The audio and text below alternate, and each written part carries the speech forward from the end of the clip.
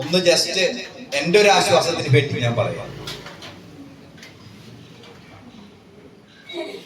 യോഗ യോജിപ്പിന്റെ മാർഗമാണ്.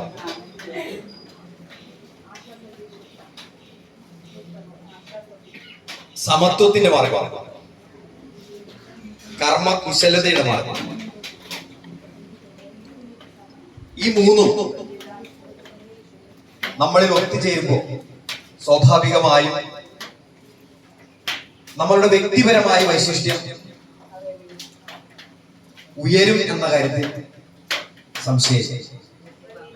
കാരണം നമ്മൾ യോഗയെ കുറിച്ചൊക്കെ പറയുമ്പോൾ ആദ്യം പറഞ്ഞു കൊടുക്കുന്നത് യമത്തെ കുറിച്ചാണ്, അല്ലെ?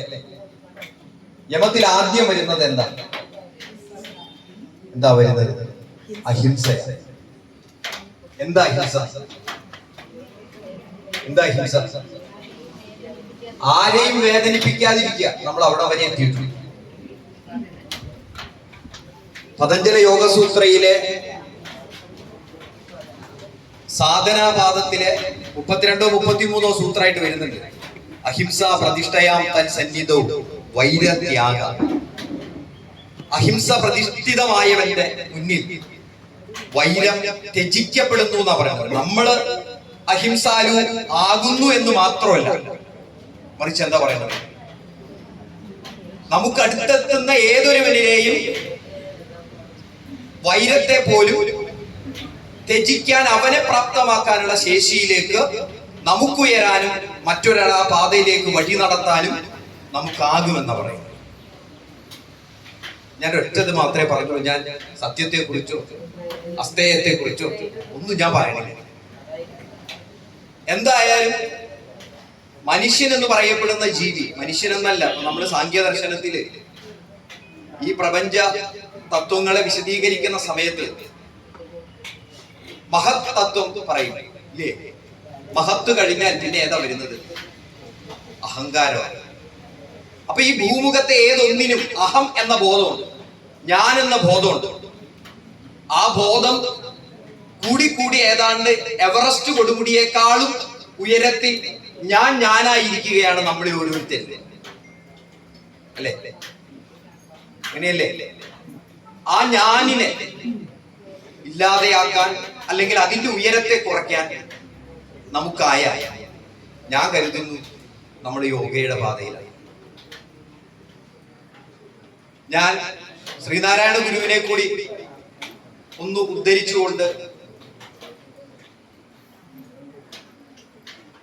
ശ്രീനാരായണ ഗുരുവും അതുപോലെ തന്നെ ആശാനും, അല്ലെ?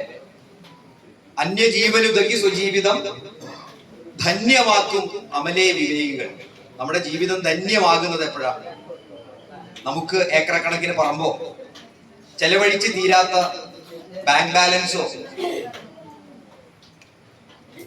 ഏറ്റവും വില കൂടിയ സഞ്ചരിക്കാനുള്ള വാഹനമോ നമ്മളിലേക്ക് വന്നു ചേരുമ്പോഴല്ല നമ്മുടെ ജീവിതം ധന്യമാകുന്നു. മറിച്ച് എപ്പോഴാണ്?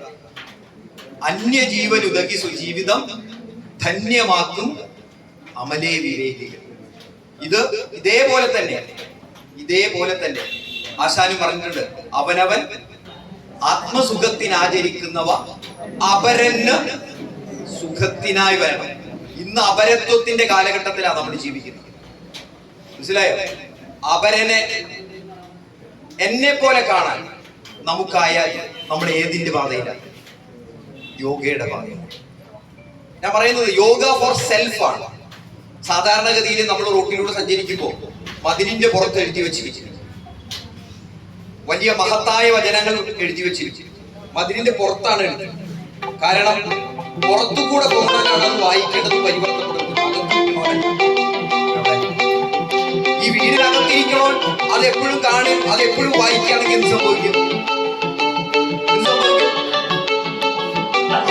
എന്തെങ്കിലും ഒരു പരിവർത്തനം, മനസ്സിലായോ? പക്ഷെ എഴുത്ത് മുഴുവൻ എവിടെയാണ്? പുറത്താണ്. ഇതുപോലെയാണ് നമ്മുടെ എല്ലാ കാര്യങ്ങളും. മനസ്സിലായോ? ഇനിയിപ്പോ നമ്മളിപ്പോ സൂര്യ നമസ്കാര ചാലഞ്ചാണ്.